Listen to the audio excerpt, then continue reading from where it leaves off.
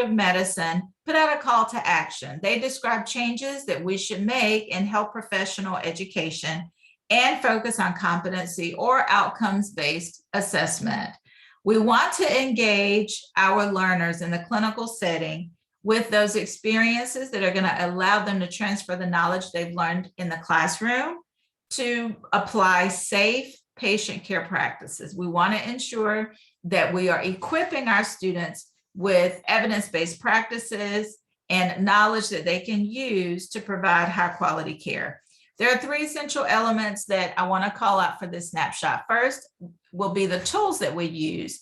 The ones that we're using to evaluate student learning, it should be aligned with what the evidence says is the best tool to use. One of those is the SSPD. This includes a criterion reference assessment tool that's based on the standards for nursing practice. Second is rubrics. We want to be clear with our students about expectations and the points associated with each of those evaluation components. And then third, considering the observations that we have of students' clinical performance, the simulation experiences that we integrate into the curriculum, and using an objective evaluation of our students. Taking the time to do some research on those evaluations tools are very important as we seek to evaluate all three learning domains, the psychomotor, the cognitive, as well as the affective domains.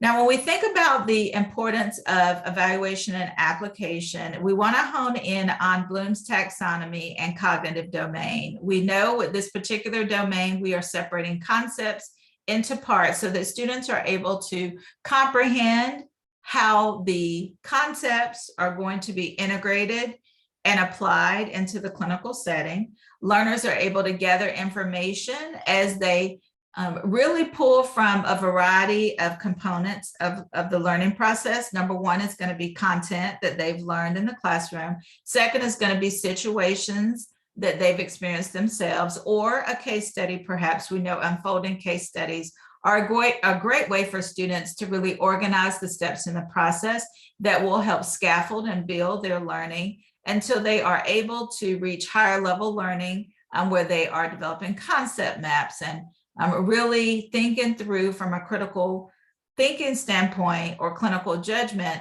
ways that they can take a proactive approach in ensuring that patient safety is never compromised and that ultimately they are providing evidence-based care.